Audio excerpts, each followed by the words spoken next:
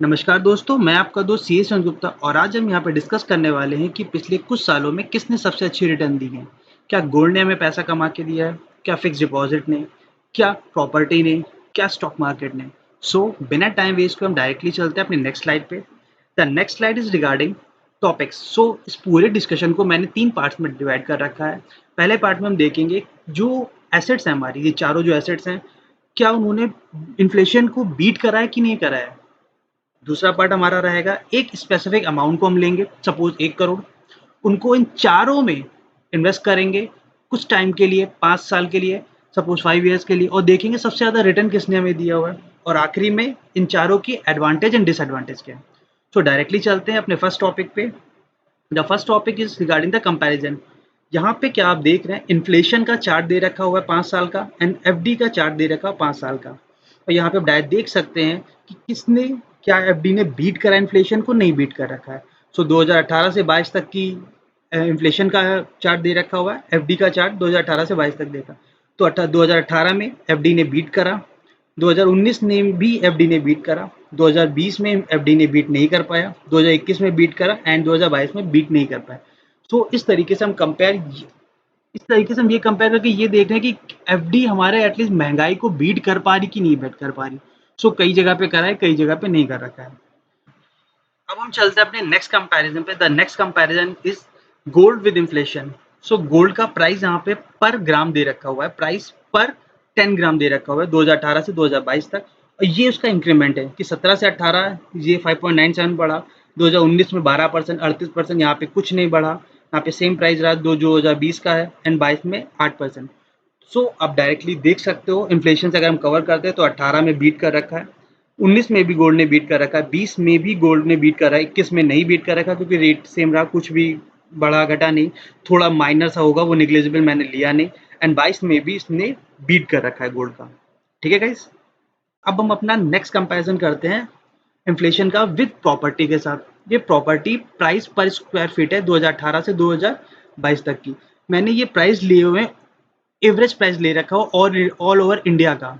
यहाँ पे आप कुछ भी ले सकते हैं, आप ले सकते हैं दिल्ली का रेट अलग हो सकता है, लखनऊ का अलग हो सकता है, मुंबई का अलग, बैंगलोर का अलग हो सकता है। मैंने एवरेज रेट लिया है जिससे ये पता चलता है 17 से 18 प्रॉपर्टी की रेट 1% बढ़े, फिर 19 में 0.1%, फिर 0.74, फिर 4%, फिर 5.5%। अगर इसको हम कंपेयर करें एफडी के रेट से, सो प्रॉपर्टी ने 2018 में बीट नहीं करा, 2019 में बीट नहीं करा, 2020 में बीट नहीं करा, 21 एंड 22 कहीं भी प्रॉपर्टी ने बीट नहीं कर रखा हुआ है। ठीक है गाइस, अब हम अपना नेक्स्ट कंपैरिजन करते हैं with the stock market. Stock market क्या है, ये निफ्टी 50 का मैंने रिटर्न लिया है। किसी को अगर नहीं पता है निफ्टी 50 क्या है, निफ्टी 50 का मतलब ये होता है कि 50 कंपनियों का ये एवरेज रिटर्न है, एक औसत है। ठीक है गाइस, स्टॉक का अलग है, ये 50 कंपनियों का अलग है, ये एक मार्केट के इंडिकेटर। ठीक है गाइस, निफ्टी का 2018 में 3.15 द और इन्फ्लेशन, यस इन्फ्लेशन को बीट नहीं करा, 19 में बीट कर रखा है, 20 में बीट कर रखा है, 21 में बीट कर रखा है एंड 22 में बीट नहीं कर रखा है। ठीक है गाइस, ये है निफ्टी का रिटर्न। निफ्टी जैसे मैंने आपको बताया 50 कंपनियों का एवरेज है, बट आप एक स्टॉक वाइज जाओगे ना, मैं एक आपको एग्जांपल दिखाता हूँ, ये मैंने स्क्रीनर से उठाया है कि यहाँ पे हाईएस्ट रिटर्न 5 साल के। ये आप जो पहली कंपनी देखते हैं रेडियम लाइफ, जो आप देखते हैं ये 200% बढ़ा हुआ है बस, 200%। मतलब अगर आप 5 साल पहले 1 करोड़ लगाते हो तो 5 साल बाद 3 करोड़ हो जाता है। निफ्टी रिटर्न नहीं, निफ्टी रिटर्न तो एक एवरेज रहती है 10 से 15 के बीच में ये, बट एक स्टॉक का रिटर्न ऐसा नहीं, हर स्टॉक बढ़ते हैं।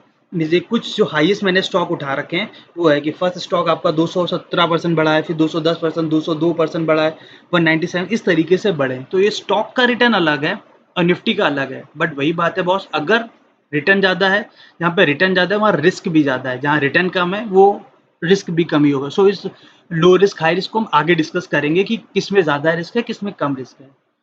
ठीक है गाइस, अब हम चलते हैं अपने नेक्स्ट टॉपिक पे। इस टॉपिक में मैंने करा क्या है कि जो मैंने 5 साल का आगे आपको दिखाया है वो मैंने 5 साल 2018 से 22 तक की ये रेट ले लिए और ये माना है कि आपने 1 करोड़ रुपए लगाए 2018 में और 2022 में आपको क्या इंटरेस्ट मिला, कितना बेनिफिट, कितना कमा के दिया एफडी ने। कमा के दिया 32,87,265.31। एफडी ने तो ये दिया भाई। गोल्ड ने कितना दिया, गोल्ड में दिया 76,89,021। ठीक है, प्रॉपर्टी ने कितना दिया, 10,86,000 समथिंग दिए, एंड स्टॉक मार्केट ने हमारे कितने दिए, 70,81,505। सो गाइस ये निफ्टी 50 का रिटर्न है। जैसे कि मैंने आपको दिखाया था, एक स्टॉक का रिटर्न था 200%, 217%। सो आपने 1 करोड़ रुपए जो लगाए थे वो 3 करोड़ हो जाएंगे। सो उसकी रिटर्न अलग है, उसका रिस्क अलग है, वो हम आगे डिस्कस करेंगे। ठीक है भाई। अब गाइस हम बात करते हैं अपना लास्ट टॉपिक पे। The last topic is regarding the advantages क्या है, डिसएडवांटेजेस क्या है। इन चारों की एडवांटेजेस क्या है, इन चारों के डिसएडवांटेजेस क्या है। So the first point is easily available after research done. So research क्या चीज, रिसर्च का मतलब है, अगर हम एफडी की बात करें, सपोज हमारे पास 1 करोड़ रुपए है, हमें एफडी में पैसा डालना है, तो हमें एक बैंक में डालना है कि पांचों बैंक में डालना है। 5 बैंक डिसाइड हो गए, फिर कौन कौन सी बैंक होनी चाहिए, टॉप बैंक होनी चाहिए कि मीडियोकर बैंक होनी चाहिए, लोएस्ट बैंक होनी चाहिए, उनका रेट ऑफ इंटरेस्ट कितने साल के लिए, तो ये रिसर्च हुआ boss. Same for the gold के लिए, गोल्ड हमें कहाँ से लेना है, कितने कैरेट का लेना है, प्रॉपर्टी के केस में कहाँ पे लेनी है, क्या ब्रोकर जाएगा, स्टैम्प ड्यूटी क्या रहेगी। सो अगर आपने रिसर्च कर लिया ना बॉस, सो ये इजीली अवेलेबल होगा। Bank, yes, FD is easily available, gold easily available, shop पे जाइए गोल्ड होगा तो इजीली अवेलेबल हो जाएगा, या फिर वो बता सकता है कि आपको 1 करोड़ का गोल्ड लेना है तो आप इस दिन आ जाइए। सेम फॉर द प्रॉपर्टी, उस समय प्रॉपर्टी आप लेने गए ब्रोकर्स के पास, जो सामने वाली पार्टी सेल करने के लिए रेडी, तो इजीली अवेलेबल हो जाएगी। एंड स्टॉक मार्केट भी आपको शेयर जल्दी मिल जाते हैं कि अगर आपने एक बार रिसर्च कर लिया, सो आपने अपना बिड डाल दीजिए, आपको शेयर्स मिल जाएंगे। अब हमारा नेक्स्ट पॉइंट है, रिसर्च टुक टाइम। क्या रिसर्च टाइम लेती है? एफडी के केस में इन कंपैरिजन अदर कम लेगी, गोल्ड के केस में भी कम लेगा। एफडी के case in comparison FD gold ज़्यादा टाइम लेगा। और अगर प्रॉपर्टी के केस में कहो तो यस, रिसर्च यहाँ पे टाइम लेता है, क्योंकि बहुत सारी चीज़ें, कहाँ पे लेना है, हमें हाउस लोन लेना है, हाउस लोन का अरेंजमेंट, बहुत सारी चीज़ें, ब्रोकरेज है, स्टैम्प ड्यूटी, बहुत सारी चीज़ें। And same for the stock market. So stock market में भी टाइम लगता है, क्योंकि अगर आप फंडामेंटल बेसिस पे ले रहे हो लॉन्ग टर्म, तो इसके लिए आप पूरे फाइनेंशियल पढ़ोगे, वो टाइम आपका लेगा। अगर टेक्निकल एनालिसिस के बेस पे ले रहे हो बॉस, तो उसके लिए आपको बहुत सारे इंडिकेटर्स देखना होगा, हर एक पैरामीटर्स देखना होगा, सो उसमें भी टाइम लगेगा। अब हमारा थर्ड पॉइंट आता है हाई लिक्विडिटी, मतलब क्या इजीली कैश में कन्वर्ट हो जाएगा, एफडी इजीली कैश में कन्वर्ट हो जाएगा। यस, अगर आप टाइम पीरियड से पहले तुड़वा दो, तोड़ देंगे, बिल्कुल कर देंगे। जो भी चार्जेस, जो भी एग्रीमेंट है, वो उनका हिसाब से लेंगे कि अगर आपने पहले अपनी एफडी तुड़वा दी है, तो उससे पहले जो भी चार्जेस हैं, जो भी रेट ऑफ इंटरेस्ट लगे, जो भी होगा, वो लेके आप इजिली कन्वर्ट हो जाएगी। गोल्ड भी आपका इजिली सेल आउट हो जाता है। प्रॉपर्टी के केस में अगर सामने वाली पार्टी अवेलेबल है, तो आपको सीधली एग्रीमेंट होने के बाद जितना भी टाइम लगेगा, आपका पैसा आपके हाथ में आ जाएगा। And the next thing is regarding the stock market. Stock market क्या highly liquid, easily convertible into cash है कि नहीं है? सो शेयर्स की अगर आप बात करो, अच्छे शेयर्स की अगर आप बात करते हो, जैसे निफ्टी 50 है, निफ्टी 100, 250, इन सब की बात करते हो, तो अच्छे शेयर्स को इजिली कन्वर्ट होते हैं। बट जो पेनी स्टॉक होते हैं ना बस, वो इतनी जल्दी कैश में नहीं कन्वर्ट होते। And the next point is regarding the guaranteed return. So FD के केस में यस, आपको गारंटेड रिटर्न मिलेगा। गोल्ड के केस में नहीं, ऐसा कोई ज़रूरी नहीं है कि आपका रेट वहाँ से बढ़ ही जाए, कम भी हो सकता है। प्रॉपर्टी का सेम थिंग, बढ़ जाए कम हो जाए, कोई ज़रूरत नहीं। And stock market obviously this is a so risky भाई चीज़, कि यहाँ से क्या हो सकता है, कुछ भी बढ़ भी सकता है, गिर भी सकता है। अदानी ग्रुप के केस में एक एक शेयर का मतलब 20% एक ही दिन में अदानी इंटरप्राइजेज बढ़ जाता है, एक दिन में 20% अपर सर्किट लग जाता है, और कुछ ही महीनों में मोर देन 50% फॉल हो जाता है। So guaranteed return depend upon the risk कितनी है। ठीक है बस। सो गाइस अब हम चलते हैं अपने नेक्स्ट पॉइंट पे। The next point is regarding the tax saving. मतलब क्या आप एफडी में पैसा लगा के टैक्स सेव कर सकते हो? यस, अगर आप पैसा लगाते हो टैक्स सेवर एफडी में, तो टैक्स सेविंग होगा, आपको अंडर सेक्शन 80C आपको छूट मिल जाएगी। और गोल्ड में ऐसा कोई टैक्स सेविंग नहीं होता कि गोल्ड में आप पैसा लगा के टैक्स सेविंग कर सकते हो। हाउस प्रॉपर्टी में भी आपको छूट मिल सकती है, under section 80C, under section 24, 2 lakh तक इंटरेस्ट अलाउड है आपका, 1.5 लाख तक आप उसका प्रिंसिपल अमाउंट, लोन का प्रिंसिपल अमाउंट तक ले सकते हो अंडर सेक्शन 80C के अंदर। और भी सेक्शन है 80EE, 80EA। So these are the examples हैं। And in case of stock market, tax saving mutual fund में आप लगा सकते हो, deduction allowed under section 80C। So guys जो मैंने यहाँ पे सेक्शंस बताए, these are the example. So please अपना एनालिसिस कर लीजिए कि इसके अलावा भी और सेक्शन है। ठीक है गाइज। लोन फैसिलिटी आपको एफडी के regarding, gold, property, stock, and आपका डीमैट अकाउंट, आपके स्टॉक के रिगार्डिंग सब जगह लोन आपको मिल जाएगा। And the next point is regarding the risk, high risk and the low return. Obviously guys जैसे पता है, जिंदगी में जो ज़्यादा रिस्क लेगा उसको ज़्यादा रिटर्न है, तो जहाँ पे हाई रिस्क है वहाँ हाई रिटर्न है। सो इन चारों में सबसे ज़्यादा रिस्क है स्टॉक मार्केट में, तो यहाँ रिटर्न भी सबसे ज़्यादा है। जैसे मैंने आपको दिखाया ना, 200% शेयर बढ़ गया, तो रिस्क भी बहुत है, रिटर्न भी बहुत है। गोल्ड और प्रॉपर्टी के केस में in comparison to stock market कम रिस्क है तो फिर कम रिटर्न है। एंड आप एफडी के केस में बॉस बात करोगे तो हमारा रिस्क इतना ज़्यादा नहीं है, तो हमारा रिटर्न भी नहीं है इतना ज़्यादा। ठीक है गाइस, सो यहाँ पे ये लिखा हुआ है नॉट सो मच रिस्क, यहाँ पे not so much risky in comparison to, अगर स्टॉक मार्केट आप इन दोनों को देखते हो इतना रिस्क नहीं है, तो इतना रिटर्न भी नहीं है।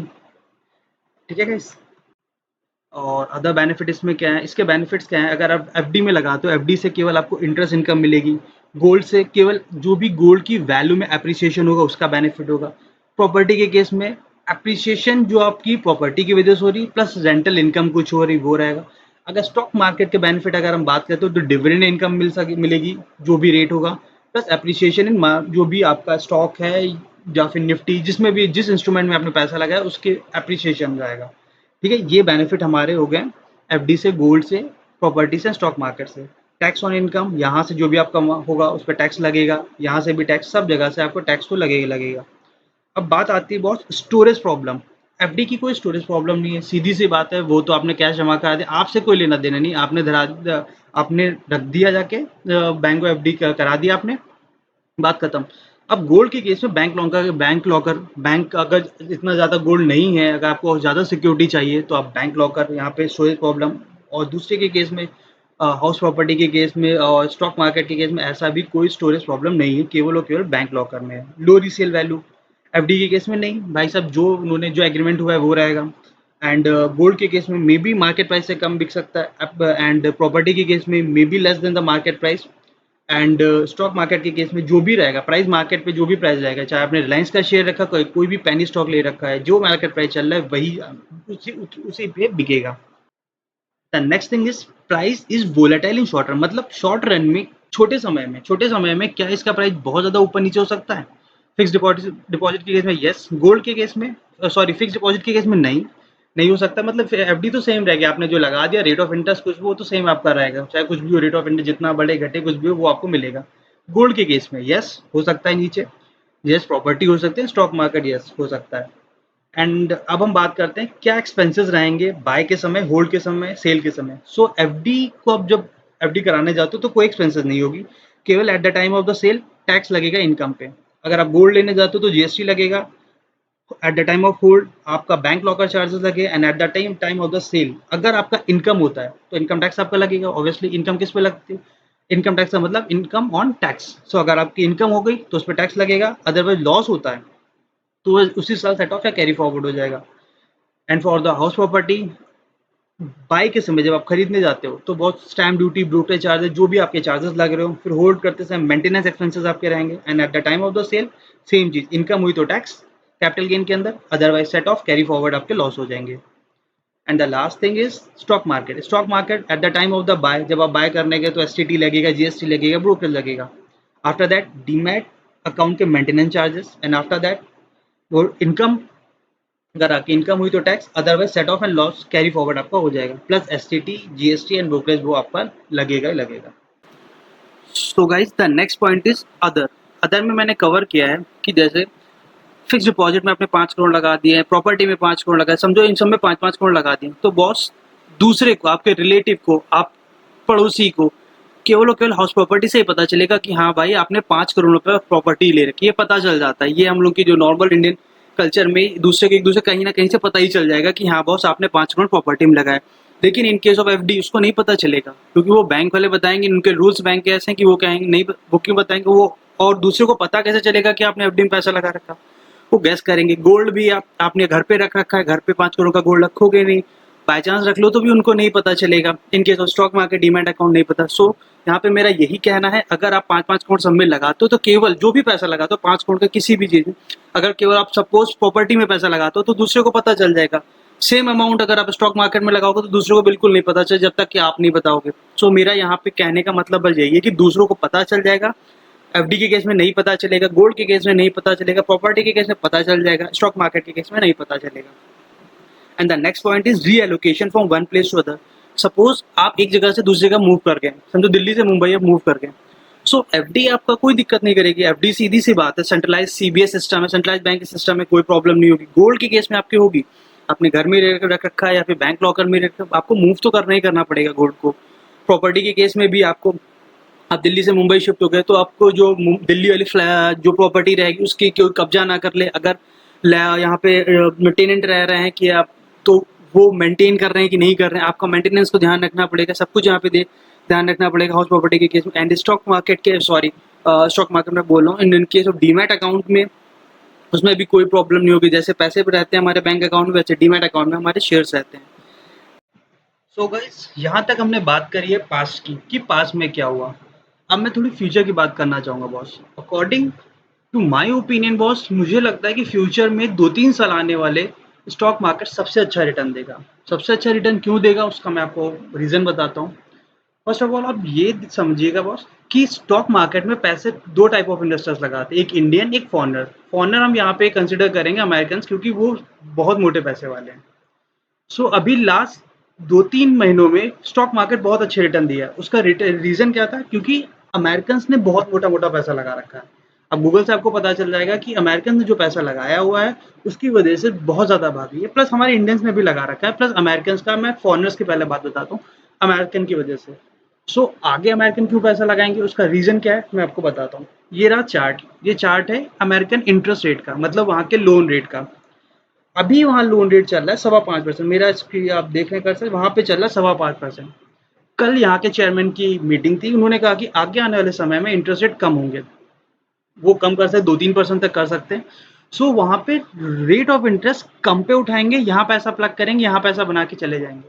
वहाँ पे रेट ऑफ इंटरेस्ट आप यहाँ पे देखो, 2010 से लेके 2015 तक कुछ रेट ऑफ इंटरेस्ट वहाँ पे था ही नहीं, पॉइंट समथिंग था, मतलब 1 भी नहीं था, 0.50%। आज 5.25% है। जिस कंट्री का रेट ऑफ इंटरेस्ट 0.5 0.7 इस तरीके से था, 5.25% है। सो कल के चेयरमैन की मीटिंग के अकॉर्डिंगली कि आगे आने वाले समय में कुछ, मतलब 1 साल 1.5 साल में वो पैसा अपना, वो रेट ऑफ इंटरेस्ट कम करेंगे। जैसे ही कम होगा वहाँ पे लोन सस्ता हो जाएगा, अमेरिकन लोन उठाएंगे अपने सस्ते पे, यहाँ पे पैसा प्लग करेंगे। यहाँ पे पैसा क्यों प्लग करेंगे? सो गाइज, वो पैसे यहाँ क्यों लगाएंगे? द मेन रीज़न है कि हमारी कंपनीज के अच्छे रिजल्ट्स आना। दूसरी बात, आपको ध्यान होगा कि मोदी जी ने 26 जनवरी 2023 को लाल किले से कहा था, जब हम लोग 100वीं वर्षगांठ मनाएंगे तो एज अ डेवलप्ड नेशन मनाएंगे। प्लस अभी आपने देखा होगा रशिया यूक्रेन में कई देश उड़ गए। श्रीलंका देखिए आपकी क्या हाल हुई, लेकिन और आप देख सकते हैं पाकिस्तान का क्या हाल हुआ, इंडियन इकोनॉमी का भी आप देख सकते हैं। सारी इकोनॉमी हिली पड़ी थी, बट हमारी इंडियन इकोनॉमी इतनी तेजी से नहीं बढ़ रही थी, लेकिन वो गिर भी नहीं रही थी बॉस। सो ये सब दर्शाते हैं कि आने वाला समय इंडियन इकोनॉमी के लिए कितना अच्छा है। अगर आप न्यूज़ देखते हो तो बहुत अच्छा है, अदरवाइज आप इस तरीके से भी देख सकते हैं। आज से 5 साल पहले हमारी पर कैपिटा इनकम एक आदमी की कितनी थी, अब कितनी है।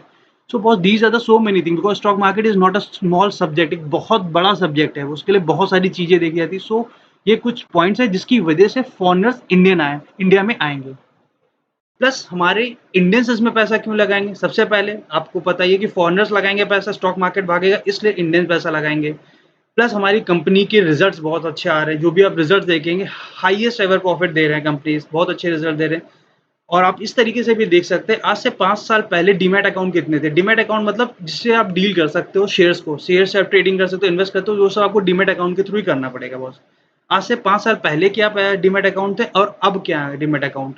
सो डे बाय डे इंडियन जो जो इंडियन लोग हैं वो स्टॉक मार्केट की तरफ मूव कर रहे हैं, थ्रू म्यूचुअल फंड्स के थ्रू कर रहे हैं। म्यूचुअल फंड की डे बुक, जो उनकी बुक्स हैं, उसमें हाईएस्ट इन्वेस्टमेंट जा रही है। तो these are the two reasons कि आगे आने वाले समय में इंडियन इकोनॉमी का स्टॉक मार्केट जो सबसे अच्छा रिजल्ट देगी। सो बॉस, ये मेरा ओपिनियन है। सो आपका ओपिनियन क्या है, प्लीज़ कमेंट में बताइएगा। और अगर आपको हमारी मेहनत अच्छी लग रही तो वीडियो को लाइक करिएगा, कमेंट करिएगा, शेयर करिएगा एंड चैनल को सब्सक्राइब करिएगा। Thank you very much. जय हिंद।